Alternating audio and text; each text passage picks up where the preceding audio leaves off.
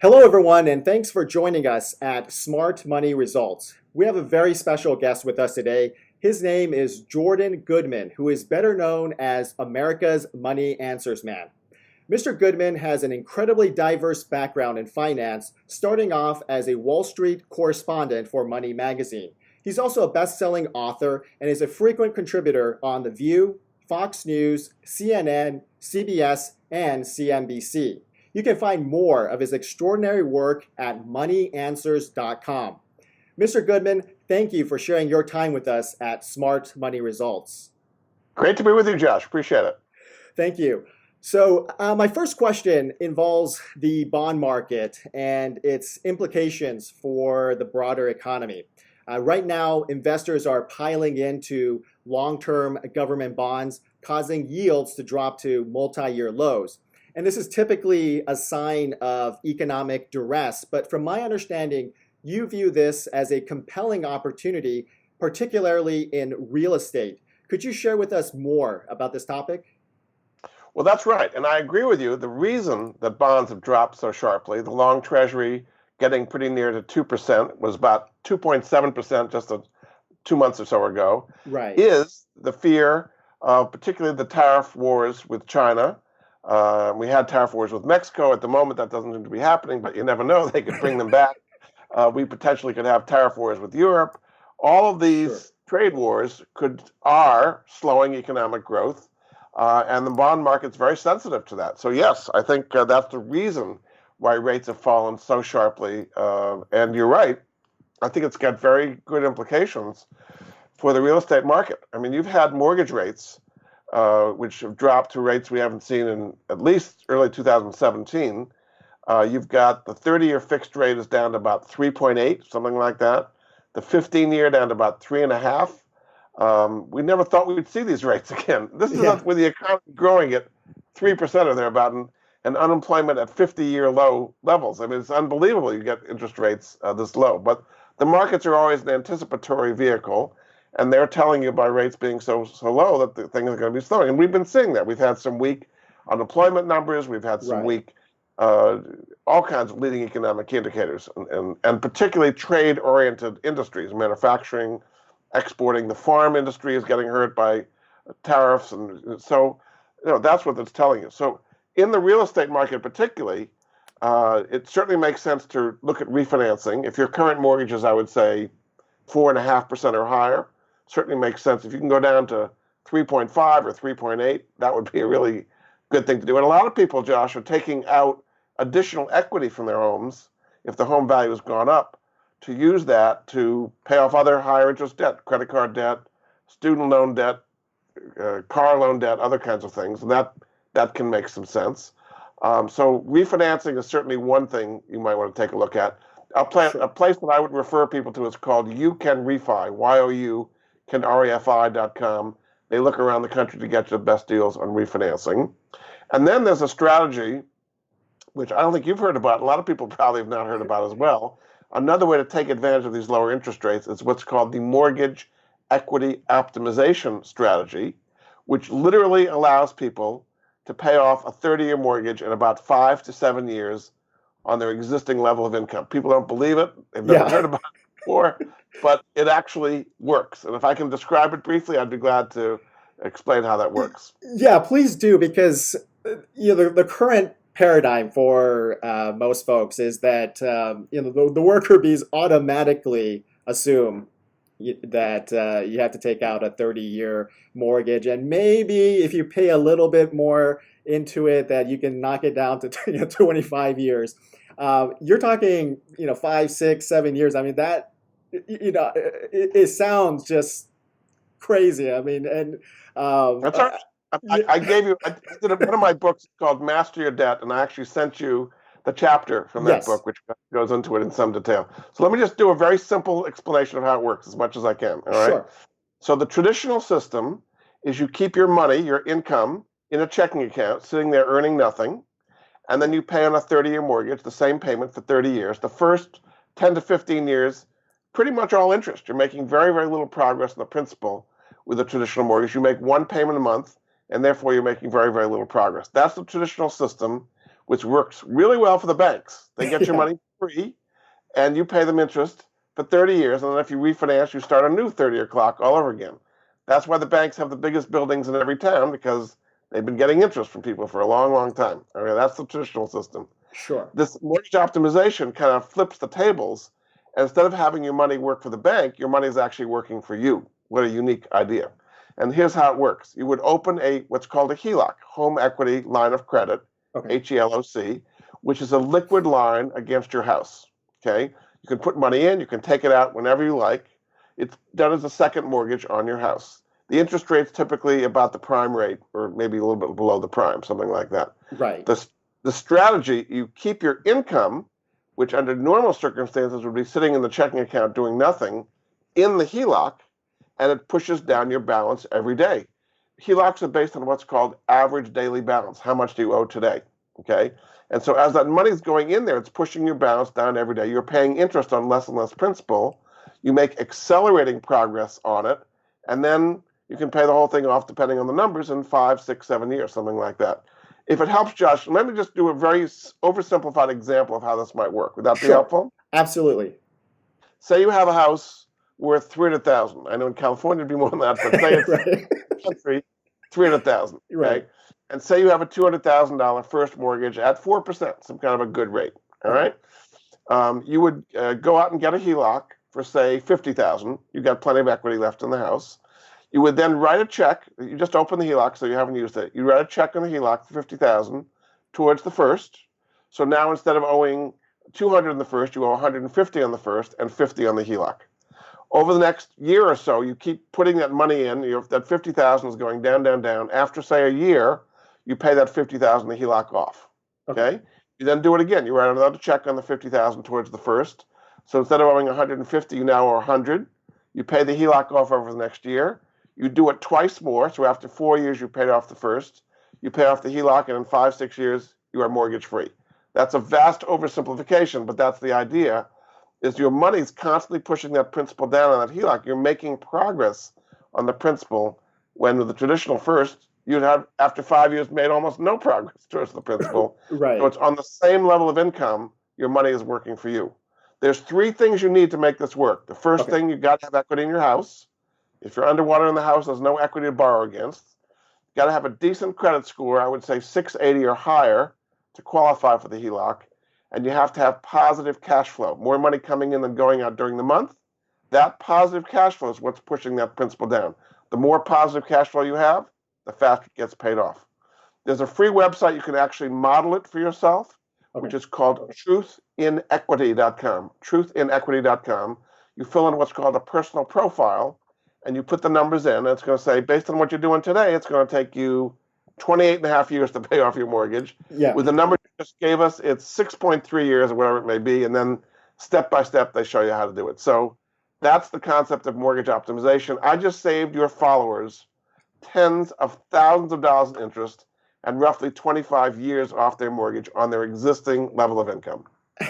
Absolutely. I mean, yeah, it sounds absolutely amazing. But you know, how is it that because I'm sure the mainstream banks, They don't like to hear about this. right? I'm sure they don't.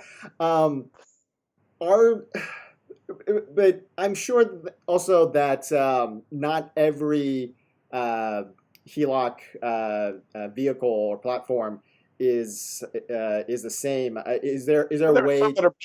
There are some that are better than others.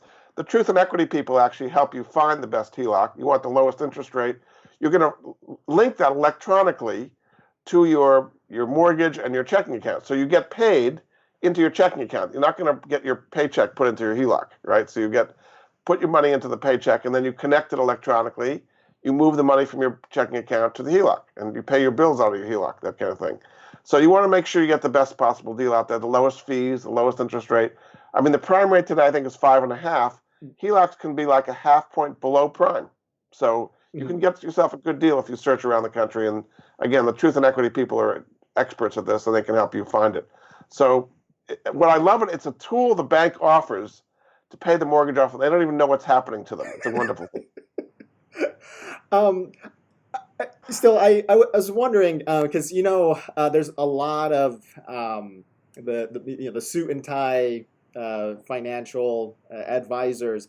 Typically, they will say that a HELOC is something that should only be for short-term situations. That they advise against long-term They don't debt loads. understand this. They've never heard of this strategy, frankly, Really? Okay. Uh, and what you do, your HELOC becomes kind of like your checking account.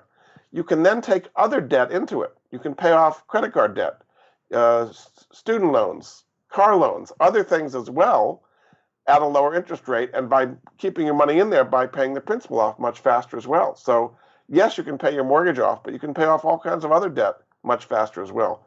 It's something that most typical financial advisors don't have any clue how to use. Now, it's being understood in America. It's very common in other places. This really started in Australia in the late 1990s. And if you go to Australia, 70 or 80% of mortgages use this optimization system. Hong Kong, Canada, other places use it as well. So it's very familiar around the world. The reason it's not as big in the US is because the banks resist it. They have no interest whatsoever in helping you pay your mortgage off faster. What they'd like you to do is refinance and start a new 30-year clock all over again so they can get even more interest. And is there how much more effective is going through this strategy versus, say, you have a traditional mortgage and you decide to put in, let's say, a significant amount of your paycheck towards the principal? Can you Extra achieve it? principal. Yeah. Not even close. If you make Really? extra principal payments on your traditional mortgage, maybe you'll pay it off in 25 years instead of 30. And meanwhile, you have no cash flow. All your extra cash flow is going to this mortgage. So maybe it'll help you 25 years from now as opposed to 5 Yeah. years from now. Okay? Because the money you're putting in is paying down the principal. It's not changing your payment. Your payment remains the same. It's just you're cutting down the principal at a very slow pace. The difference is the liquidity. All your income is going into that HELOC, pushing down your principal. With extra principal payments, you're just doing whatever extra you've got left over. And again, it'll help you 25 years from now instead of now. Right. I was curious though, are there any risks associated with the HELOC? For example, I hear again from the typical suit and tie financial advisors that the reason they typically don't recommend the HELOCs is that the interest rate can be volatile, and especially we're heading towards a very, I would say, just an uncertain time in the economy. What would you say to Well, it people is who have to? true that HELOCs do have a variable rate. That is correct. And typically they have a cap, maybe 8%. I mean, they're not going to go up to 20% or something. They typically have some kind of a cap. But in Okay. the environment we're talking about, and we just mentioned this at the beginning, interest rates have been falling, not Yes. rising. And I think that's likely. Everything that's going on around the world right now is deflationary. Deflationary, right? Trade wars mean less trade, less economic activity. There's $11 trillion worth of bonds in Europe selling at negative interest rates, Yes. minus zero point 0.4, minus. That is showing deflation. And this is at a time when the European Central Bank has been pouring money into the economy and they still have negative interest rates. That's telling you that deflation is the major force, not inflation, right? The central bank has been trying to get as high as 2% inflation and they're not able to do it. You have deflation in Japan. Yeah. So in a deflationary environment, interest rates go down, not up. So I don't think it's really much of a risk. Meanwhile, I'm telling you what's certain. What's uncertain is what the stock market's going to do, what interest rates are going to do. If you go through that truth and equity profile and it tells you 6.2 years, that's what it's going to be. It's very certain because it's all numbers. Yes. Even if interest rates went up a little bit, which I think is unlikely, it'll still slow down your payoff by a month or two, hardly any at all. Because remember, all your money is constantly pushing that principal down, so you owe less interest on less principal. So even if the interest rate goes up a little bit, you're paying a higher rate on less and less principal all the time. Yeah, I think again, it's just a mind blowing concept. But some folks might have some reservations in terms of okay, putting in all your entire paycheck into this vehicle. Is there a way to gain some of the benefits by doing like a hybrid approach, like putting Yeah, you some of the can pay? keep some money in your checking account and some money in the HELOC. Obviously, the more money you put in the HELOC, the Yes. faster you pay out the principal. It's liquid, okay? It's not going Yeah. to get frozen or something like that. But if do what you feel comfortable with. It just when you start seeing it working and you see that principal going down again, it's average daily balance. Every day, you can see how much principal is going down. You look at your HELOC. You Yes. really get motivated to get that money in there instead of sitting in the checking account doing nothing for you. Yeah, absolutely. Um, want to shift gears a little bit. Sure.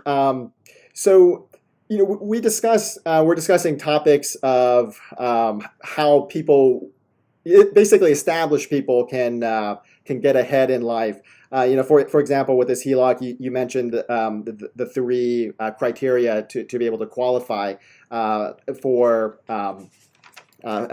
For this opportunity. However, I know that a subject that's dear to you is the massive student debt crisis. Right. Um, Right. Back when I was in the university system, I mean, you could tell that the tuition was, inching up a little bit higher, but it wasn't anything, crazy. I remember, I think. My dad told me that to put me through the University of Southern California would cost $10,000 a year, and now that's like a really ridiculously That, that, small. that's that's your books today for the first term. Exactly, and I mean, I don't know, all the specific stats, but all the time you turn on the business news media, you'll hear stories of kids just graduating with $100,000 or more Right. of I'll give you the liabilities. stats. Here are the stats. Sure. 1.5 trillion student loan debt outstanding right now. The average person is graduating with about 38,000 student loan. That's the average. And a lot of people should say 50, 100, 150,000 undergraduate. And then if you add graduate school, medical school, law school, business school, easily 200, 300,000 on top of that. Dental school, 600,000. I mean, just staggering amounts of number. And these are 30-year loans. We talked about mortgages. It's like getting a mortgage before you get your first job. So it is a staggering amount of money, and it is changing society because people can't service the student loans and rent an apartment and buy a car and have a family and kind of get on with their life because they've got this big albatross kind of hanging over them. That's why over 50% of the people graduating every year are going back and living at home again because they can't afford to service the student loans and have a life, basically. Yeah, and I think the obvious question is there anything? I mean, we hear all the negative the data. We're inundated with it, but is there a path forward? Like, is there something Yes, like a HELOC platform yes. that the students can get out of this All right. onerous debt? Three things they can do. First thing is consolidate. If they've got federal loans, consolidate it all into one loan, typically at the average of all your different loans. You can try to figure it out directly with the Department of Education. There are 9 different options. There's a free website called studentloanify.com that can help you figure out what's best in your particular circumstance. So that's the first thing, consolidate.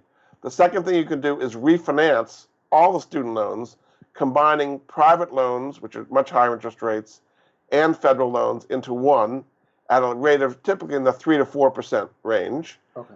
Place there I would recommend is called Splash Financial, splashfinancial.com, and then do / money answers. They know it's me that way. You get $350 off your first payment.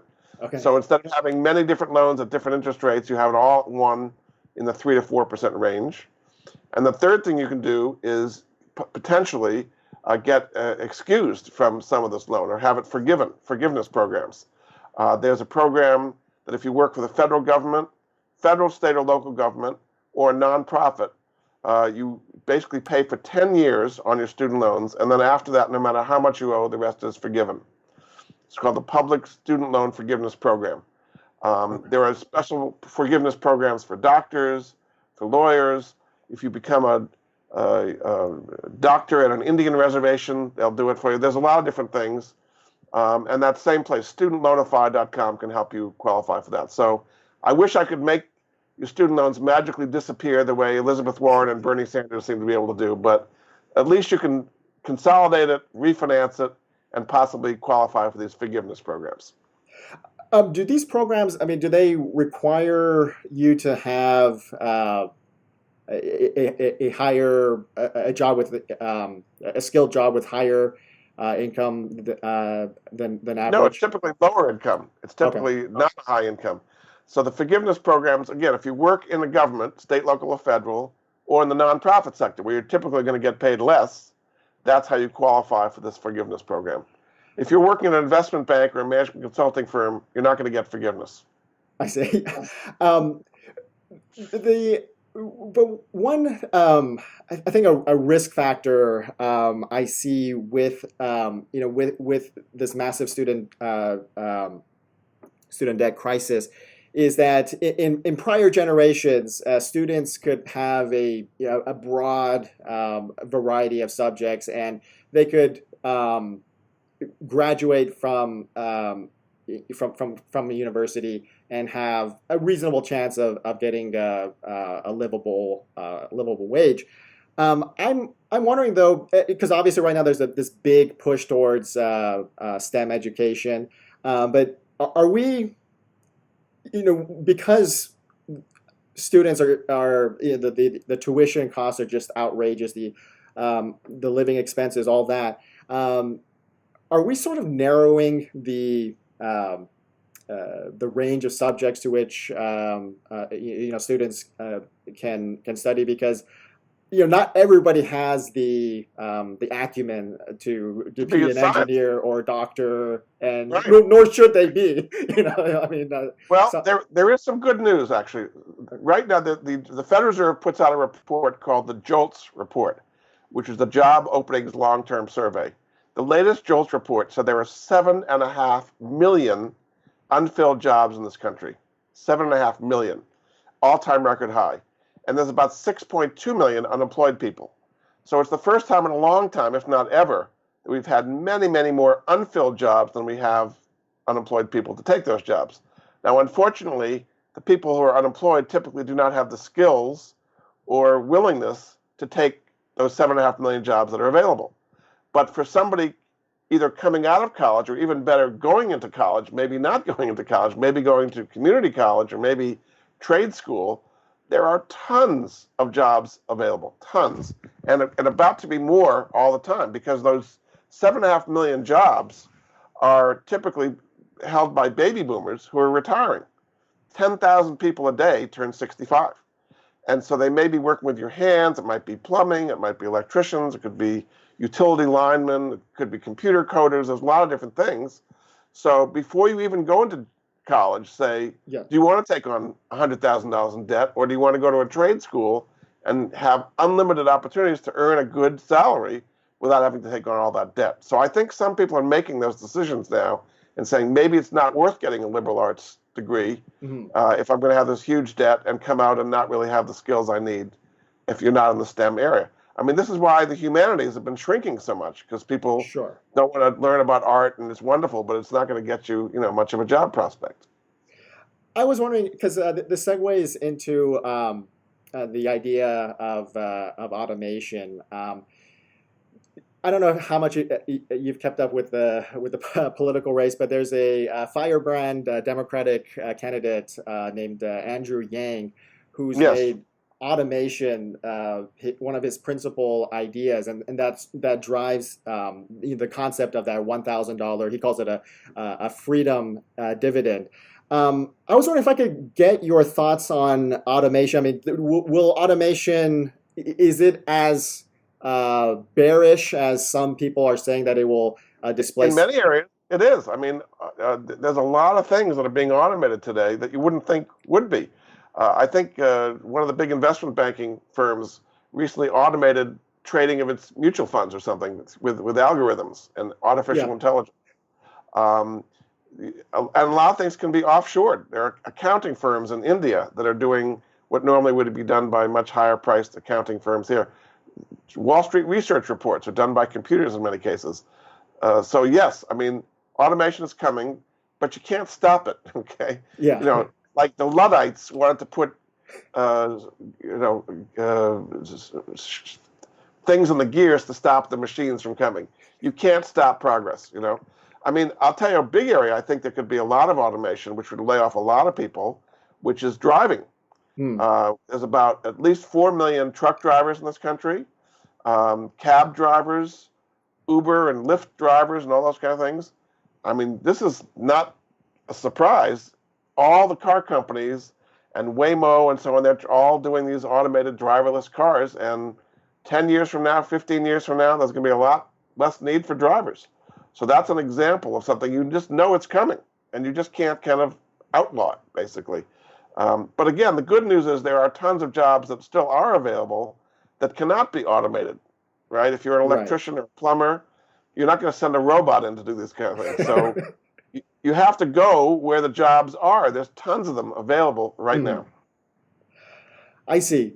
Um, Finally, my last question is, there's just so many variables right now in this economic environment. Aside from some of the real estate related vehicles that you recommended, is there anything else, any other places where people should put their money to protect themselves? Well, you want your money growing, and in fact, there are ways of profiting from what we just talked about. I'll give you the name of this, an exchange traded fund called the Exponential Technologies Fund, symbol XT. And what they do is they invest in, I think it's 300 companies around the world that take advantage of all the technologies we talked about. Artificial intelligence, cloud computing, 3D printing, uh, big data, Hmm. biotechnology. I mean, these are not going to stop, okay? Yeah. So I'd rather profit from them than be crushed by them. So there's one ETF, which has done very well in the long run, and you can see their portfolio, and it's around the world. There are companies profiting from all these kinds of things. So have it work for you instead of crush you, I guess. Yeah. There's a way to kind of benefit from all these technology. You can't stop progress. You can only profit from it. Absolutely. Well, this has been an amazing conversation. I wish I could pick your brain more. Maybe we can set up Sure. another time. Unfortunately, we're out of time for right now. Mr. Goodman, if our viewers want to learn more about your work, please tell us where they can go. So my website is moneyanswers.com. I've got all kinds of videos. I do a weekly what's called the Money Answers Minute, which is a video on different financial topics. I have a free monthly newsletter.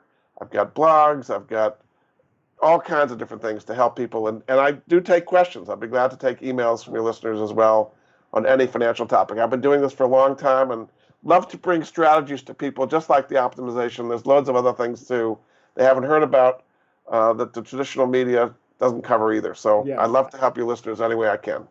sounds great. All right. Well, thank you so much for being with me today. Thanks so much, Josh. Appreciate it.